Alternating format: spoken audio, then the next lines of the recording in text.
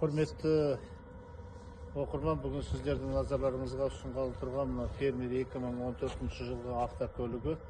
Бұл 2014-ке дейін шыққан автокөліктердің көбінде ішіне дополнительный пеш қойылмаған. Енді кейбір нұсқаларында болуы мүмкін, бірақ та осыны 2014 жылғы машина бұған қосымша пеш қойылмаған. Сондықтан да бұған қосымша пеш қоюға болады, бірақ та қосымша пешті қойып оған насос қосқаннан гөрі мынандай автономный пеш қосқан ыңғайлы. Бұны енді барлықтарымыз қойып та жатыр көп жерлерде, бірақ та именно осы фермер автокөлігіне осы пассажирский сиденьяның артына осылай қойған өте ыңғайлы болатынын көрдім. Бұл арнайы жеңіл угольникке осылай орнатылған. Астына мұның екі отверстия тесіледі, білетін шығарсыздар. Біреуі глушитель, екіншісі воздух сорып тұратын, системаға воздух әкеліп тұратын трубка. Сондықтан да бұл енді қазірдің өзінде бұл жылы өрлеп тұр. Мына бірдің әне тұр. Бұның ең тиімді жағдайы адгонға, фирмаға барған жағдайда машинаны өшіріп кетіп қалғанда мен күні бойы бұны қосып кетем.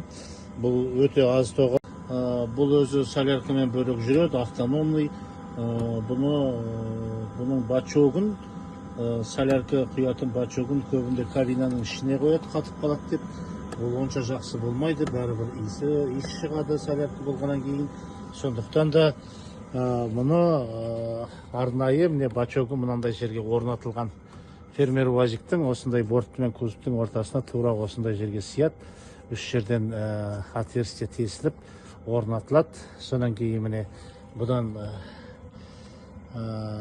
осы солярка түсетін, подача берілетін арнайы трубка тартылған. Бұл астынан өткеннен кейін, түсініксіз болса тағы келесі видеоларда түсіреді, астына бұны қуалап тұратын насос астына қойылған. Бұны тағы да ішіне қойып жатады, одан да иіс шығады. Сондықтан да астына қойылып, оны жылылап, орап, байлап тастаған жағдайда қатып ештеңе болмайды. Сонан кейін солярка бойынша бұл ешқандай да қатпайды.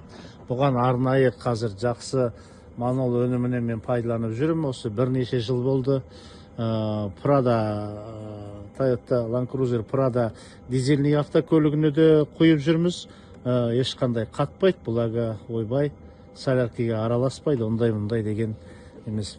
Қазір минус 12 градустың аязының өзінде осындай болып тұр. Нормасын дұрыстап қосып болған жағдайда бұл мануал дизель өте тиімді. Сондықтан да осындай жағдайға қойылған.